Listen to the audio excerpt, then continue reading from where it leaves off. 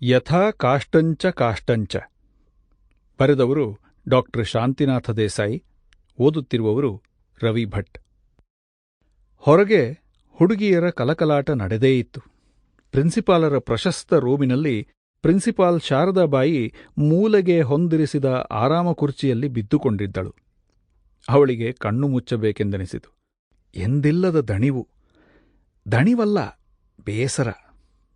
ಎಂದಿನಂತೆ ವಾರ್ಷಿಕೋತ್ಸವದ ತಯಾರಿ ಚೆನ್ನಾಗಿಯೇ ಆಗಿದೆ. ಜೋಶಿಬಾಯಿಯ ವ್ಯವಸ್ಥೆ ಎಂದರೆ ತೀರಿತು. ಯಾವುದರಲ್ಲಿಯೂ ಕೊರತೆಯಿಲ್ಲ, ಹೈಗೈಯಿಲ್ಲ. ಎಲ್ಲವೂ ರೈಲ್ವೆ ಡಬ್ಬಿಗಳಂತೆ ಸರಾಗವಾಗಿ ಸುಸೂತ್ರವಾಗಿ ನಡೆದು ಬಿಡುವುದು. ಅತಿಥಿಗಳ ಪರಿಚಯ, ವಾರ್ಷಿಕ ವರದಿ, ಬಹುಮಾನ ವಿತರಣೆ, ಕೈಬರಹ ಪತ್ರಿಕೆಗಳ ಉದ್ಘಾಟನೆ, ಅತಿಥಿಗಳ ಭಾಷಣ, ನಂತರ ತನ್ನ 4 ಮಾತುಗಳು, ಜೋಶಿಬಾಯಿಯವರ ಆಭಾರ ಮನ್ನಣೆ, ಚಹಾಪಾನ, ಮನರಂಜನೆ ಕಾರ್ಯಕ್ರಮ, ಅತಿಥಿಗಳೊಡನೆ ಊಟ. ಅವಳು ಕಣ್ಣು ಮುಚ್ಚಿ ಮೈ ಕೈಯೆಲ್ಲ ಸಡಿಲು ಮಾಡಿ ನಿಶ್ಶಕ್ತಳಾಗಿ ಒರಗಿದಳು. 1 ನಿಮಿಷ ಎಲ್ಲವೂ ಬಯಲಾಯಿತು. ಎಷ್ಟು ಸುಲಭ, ಎಷ್ಟು ಸಸಾರ. ಅಲ್ಲಿ ಉತ್ಸವ ನಡೆಯುತ್ತಿರಬೇಕು. ಇಲ್ಲಿ ತಾನು ತಣ್ಣಗೆ ಕಣ್ಣು ಮುಚ್ಚಿಬಿಡಬೇಕು. ತಾನು ಸತ್ತರೂ ಎಲ್ಲ ಸರಾಗವಾಗಿ ಸುಸೂತ್ರವಾಗಿ ಸಾಗುವುದು.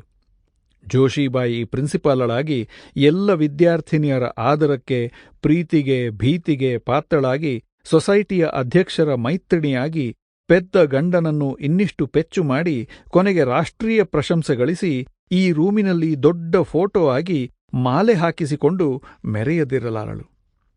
ಶಾರದಾಬಾಯಿ ಕಣ್ಣು ತೆರೆದಳು. ರೂಮಿನ ಯಾವ ಗೋಡೆಯ ಮೇಲೆ ಜೋಶಿಬಾಯಿ Sample complete. Ready to continue?